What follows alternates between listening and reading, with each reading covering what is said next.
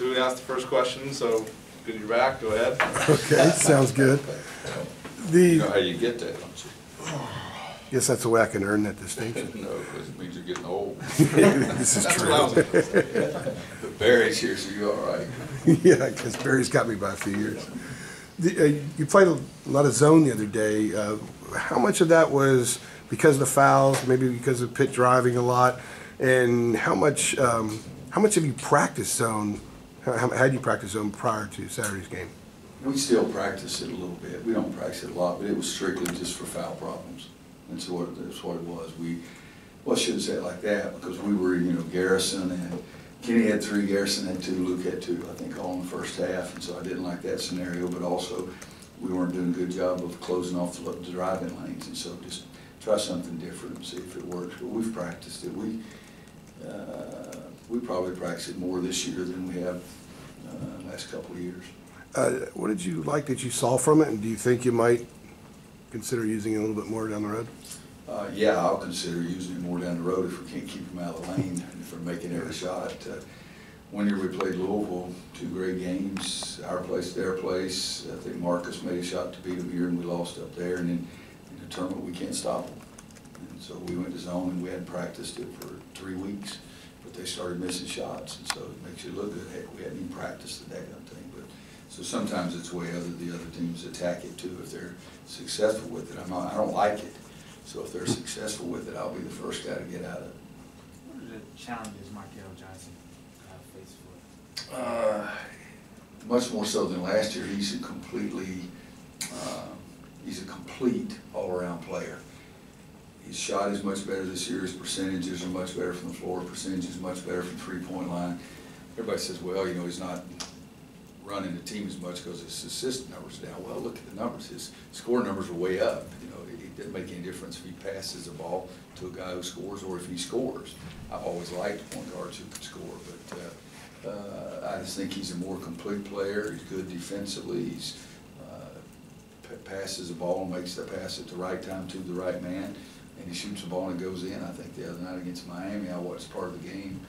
I think it was like 6 for 8, 4 for 6, or something like that from 3. Those are fantastic numbers, and defensively, he's good too. So I think he's much more complete point guard than he has been in the past. To me, it shows that there's been quite a bit of sweat. So how do you slow him down? Try to stay in front of him. Try to stop him from penetrating. The same thing you do to everybody. And the Johnson kid from Pittsburgh, comes at you to run and start full speed, 94 feet. And Markel doesn't do it that much that way, but still, thank you, sir. Straight Sprite 0, nothing else. But still, you got all point guards that do a good job penetrating. You got to try to keep them out of the lane, keep the ball in front of you. Coach, Luke May had a huge game against State last year, 33-17. What do you remember about that game and his performance? Was he in a zone or anything like that? Because he hasn't had that big of a game since then, I don't think. Well, he was in his zone for about 26 games last year. He was really, really good. And it hasn't shown up at that level yet, but I still think it's going to. And the other thing is that our team last year with Joel and Theo, they really understood when one guy was hot, they really got the ball to that guy. Mm-hmm. He started out was it Boston College game here?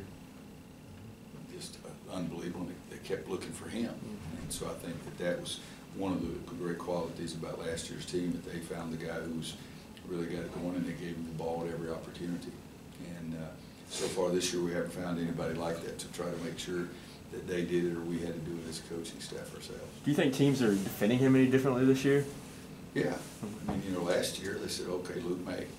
So, he averaged whatever he averaged his sophomore year. He hadn't proven himself. Now he's proven himself. So I've always said the greatest thing you have is when guys play at the top of their game, when they're the emphasis of the other team's defense. And that's what he's become.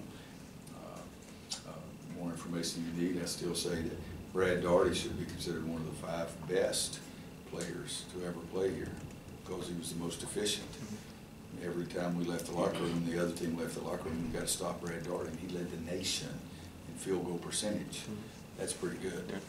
And so I think that those kind of guys, that when the defense is aimed at stopping them and they still produce, then you're really accomplishing something. But last year, they thought about Joel and Theo, and Cam and old Luke. Well, who's Luke? He didn't score a field goal in the Final Four. What do you think about Kevin Keats and what he's done with that program in a short period of time? Kevin's done a heck of a job. He's got the kids playing a different style that he's very comfortable with. They're very comfortable with because they're successful with it. They believe in it. He did a fantastic job at Wilmington. He was P.J. Harrison's coach in high school, so I've known Kevin and seen him coach. But he's done a great job and got the kids to buy into what he wants to do. And was it 13-1? Don't have to say much past that. Why do you think he's been able to be so successful so fast with that transition, you know, going to that program from UNCW? You know, you'd have to ask him what he thinks are the most important things, but I think the biggest thing is he's gotten kids to buy into that style of play. Even Abu last year got fewer touches than he had gotten previously, but Abu was still a heck of a load to handle for everybody. Yurt 7, the same thing.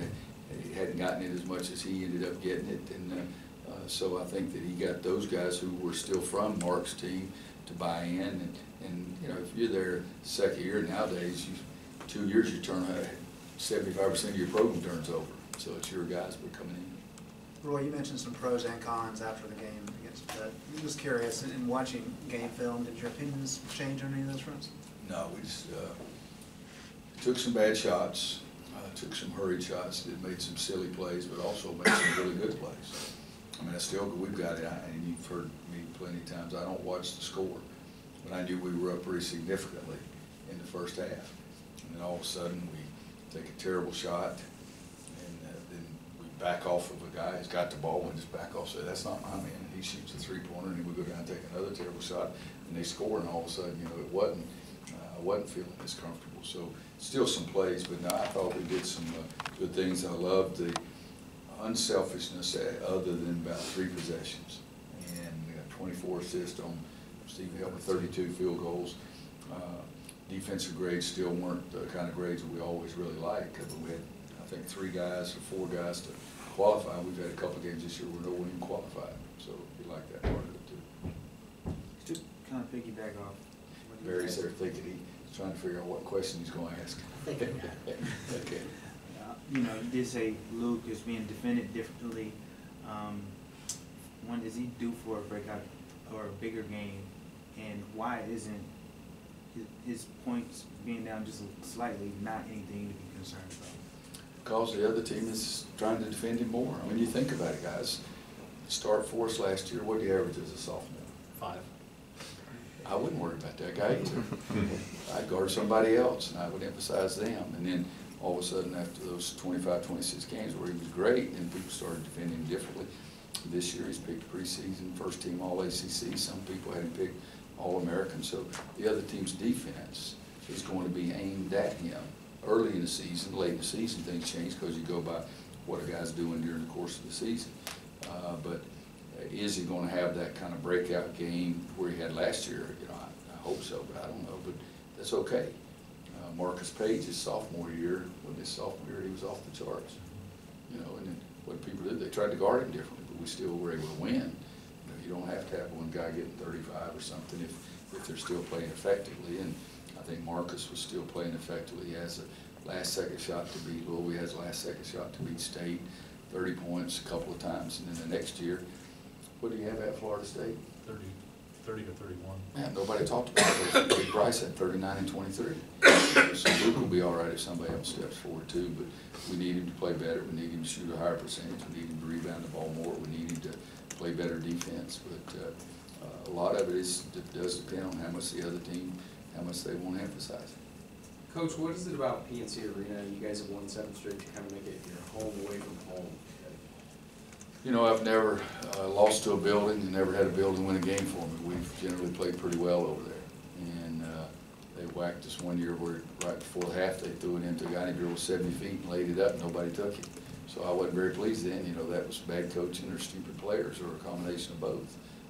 But most of the time we've been pretty focused and play on the road. And again, I get excited to go over there and play in their house.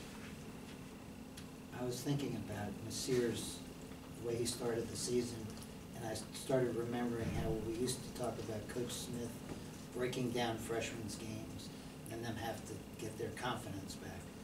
Do you do that? Is that a vestige of another time when players were going to be here their whole career?